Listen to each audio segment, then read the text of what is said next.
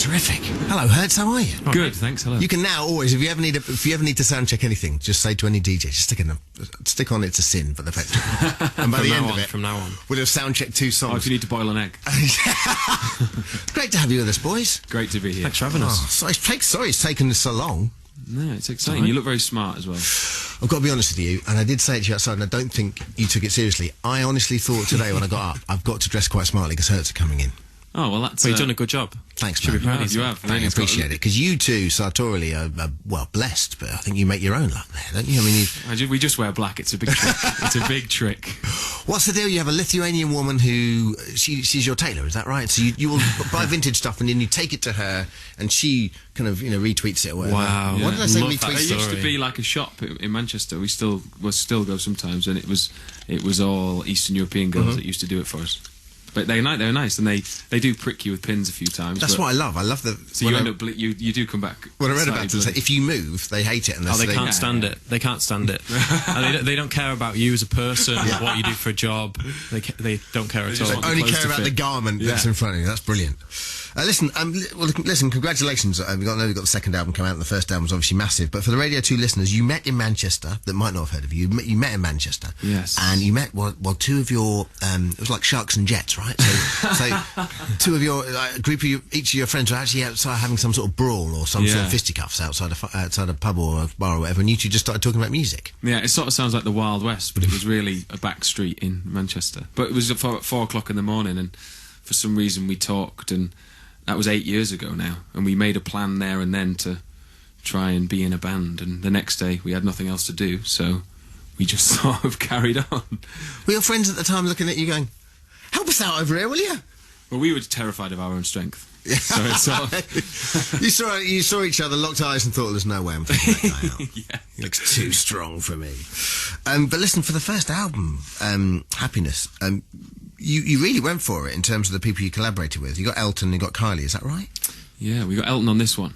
Oh, I see. This new one. Kylie, the first one, which was a beautiful thing. But the second one I get because you're there and you've sold and, you've got 2 million albums down. So even though Elton is a difficult ask, Elton still, what I love about Elton John is, we had him in recently and he talks about wherever he goes, he picks up records. And So, he really keeps up with what's going on. He was fascinating. His love for music and his energy when it comes to new music and everything was really inspiring. But that he was still very...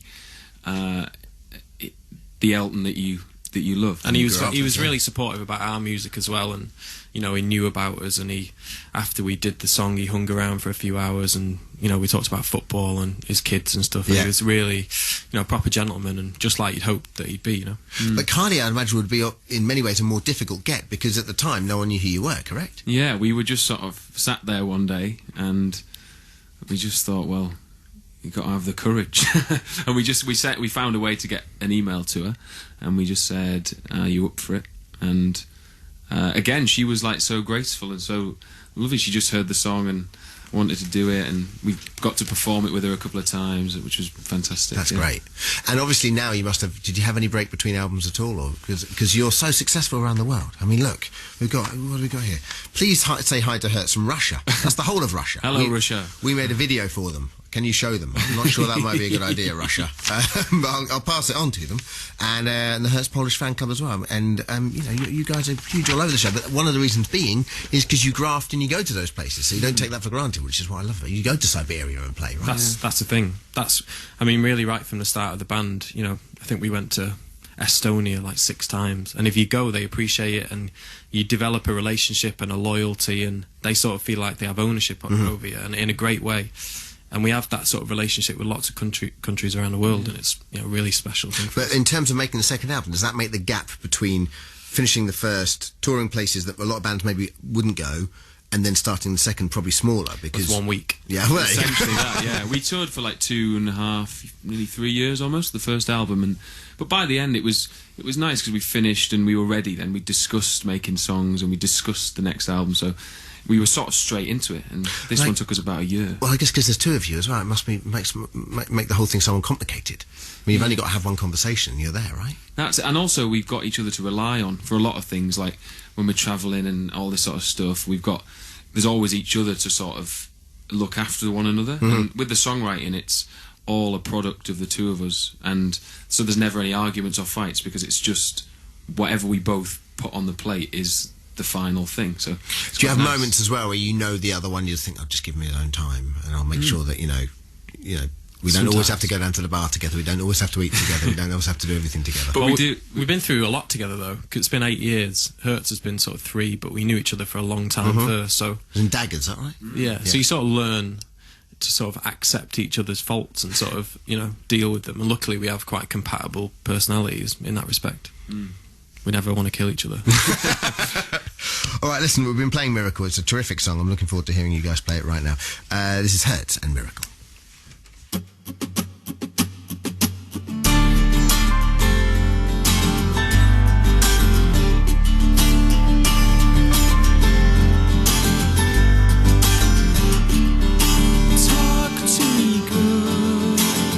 Tell me your lies, let your secrets hypnotize.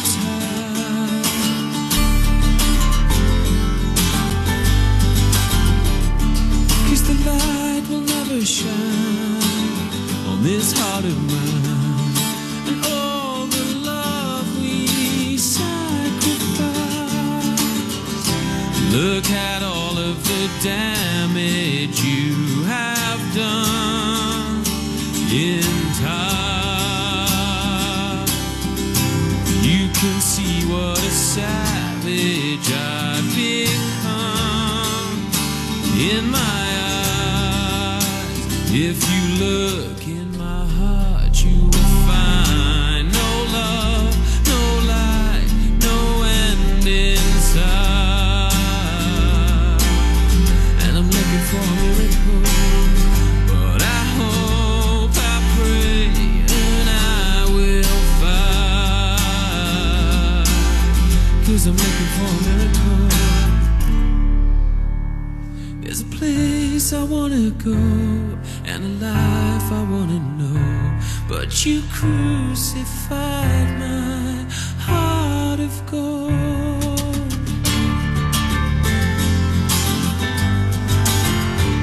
But oh, look at all of the damage you have done in time. If you offer salvation, I will run into your arms, and deep in my heart you will find no love, no light, no end inside. And I'm looking for a miracle, but I hope, I pray, and I will find. 'Cause I'm looking for a miracle.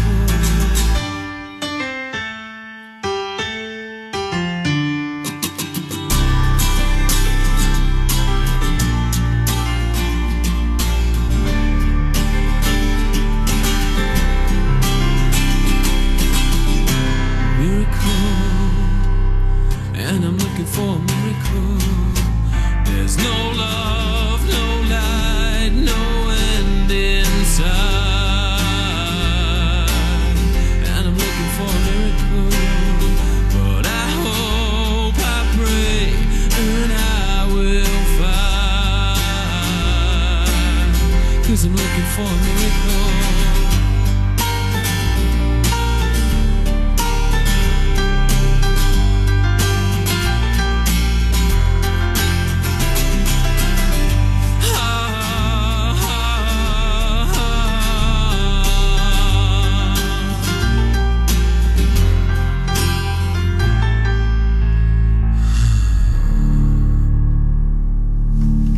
Nice!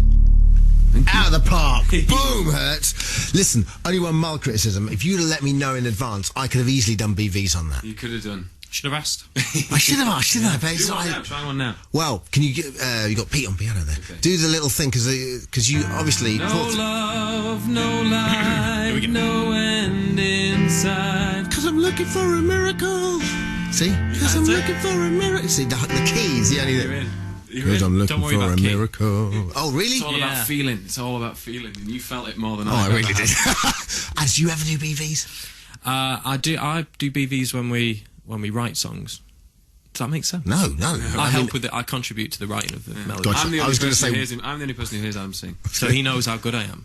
But, and Theo just wants to keep that locked away. Yeah, exactly. Keep it Yeah. locked Keep down. my talent. I like the away. video to this because it's a great performance video with no excuse and no permission asked, just with some great looking girls dancing Yeah, around. Why not? Which Exactly. means we have to stand still, and they just do all the fun stuff. You say that though, Theo. You move around quite a lot, and at the end, when you get a bit angry, I like the fact you just Yeah. get the mic and just go for it. It does come out. It's a brilliant song. What's that song about?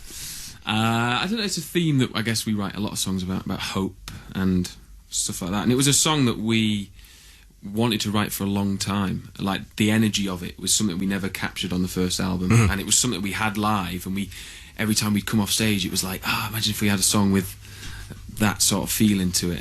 And it was one of the first songs we wrote for this album. So where do you put it in your set list? it's hard. Isn't it? I think it's a near the start type song. Get people's. But then after the third album, I bet you'll probably end on it then. Yeah, there you go. There you go. You've worked it out. Is there a job where I can just hang out with you guys and just do your set lists? Yes, And do B- that. and That's BVs. it. And BVs. Set I list and promise. BVs. I played that for jokes, but if I did BVs, I would take it seriously and I would go Yeah. down the key. Well, you were taking it And I'm seriously, looking weren't for a miracle. We bring the key There down you for go. you. Oh, that'd be nice. you? Yeah, you would. Thanks, We do Dad. it all for you. Oh, I really appreciate it. Listen, what I love about you guys is there's a certain sense of you're very contemporary, but there's a certain timeless feel to you. You know, Thank so you got that lovely Tears for Fears vibe going on, but you would I wouldn't say you don't sound 80s. Do you know what I mean? Oh wow, it's a great compliment. Well, I love Tears for Fears. So what sort of stuff did you listen to growing up? Were your parents into that kind of 80s stuff, or? I think they're a band, particularly those and Depeche Mode, are bands that we admire a lot. Still, that they made pop music that was very individual and very sort of forward thinking, and it stood the test of time. And yeah, but when we were growing up, it was bands like The Strokes made us want to be in a band, and people like Oasis, I think, were an important band for us because when you're from Manchester and you sort of write songs that you want to sound bigger than Manchester and take you around the world, and they're a band that did that. That's the definition of it, really. Yeah, them, they isn't it? were so brave and bold, and that is a very inspiring thing when you're young. Because how old are you guys? In your 20s? Yeah, 29. 26. 26, 29. So what sort of stuff were your mum and dad listening to when you were? My dad liked Squeeze, and he used to teach. One of the first songs I remember hearing was "Cool for Cats" because he taught me. Great. He taught me all the words when I was a kid. Before Did I you went know to them sleep. all? The Indians send signals Wow. from the rocks above the pass. That's great. Yeah, What a great bedtime story. yeah. I love that. I still love Squeeze so much. Yeah. You've got a cool dad, to be fair. haven't you? That is pretty cool. Me, I didn't really have much music around me. We used to get sort of Neil Diamond played when we went on family holidays, and occasionally a bit of ABBA. It's so sad when that happens, isn't it? When only on family holiday. But you know what? It meant when I was sort of 18, 19, I really got into it. It was like sort of a massive world of discovery for me.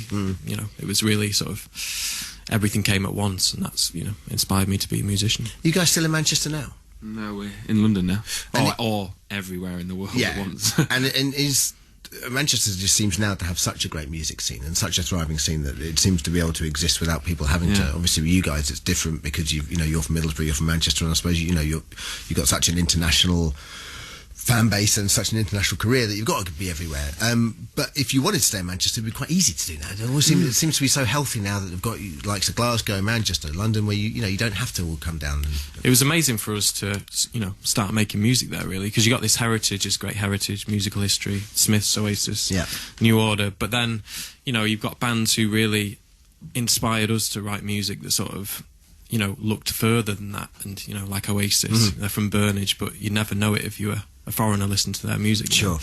And that inspired us, to make music that was grand in scale. Yeah. Listen, we have to do a bit of a switcheroo. I'm not sure how because we've only got a guitar and keyboard, so I don't know what's going on. But we're going to play a record. Now we're going to play the Smiths. Please, please, please, let me get what I want. Is that our idea or your idea? That was we got a retune. I've got to retune my voice. Oh yeah, no, I get that. Don't But worry. that's one of our favourite ever songs. Lovely. It's got one of the most blissful final 30 seconds of any piece of music ever. Okay, we can't do anything for the last 30 seconds. We've got to stop and listen to it. All right. Close your eyes, everybody. And that means you guys too. You can't be any sound checking when this is going on. All right, we have to listen to the last 30 seconds. Okay, you guys get yourself sorted. More from.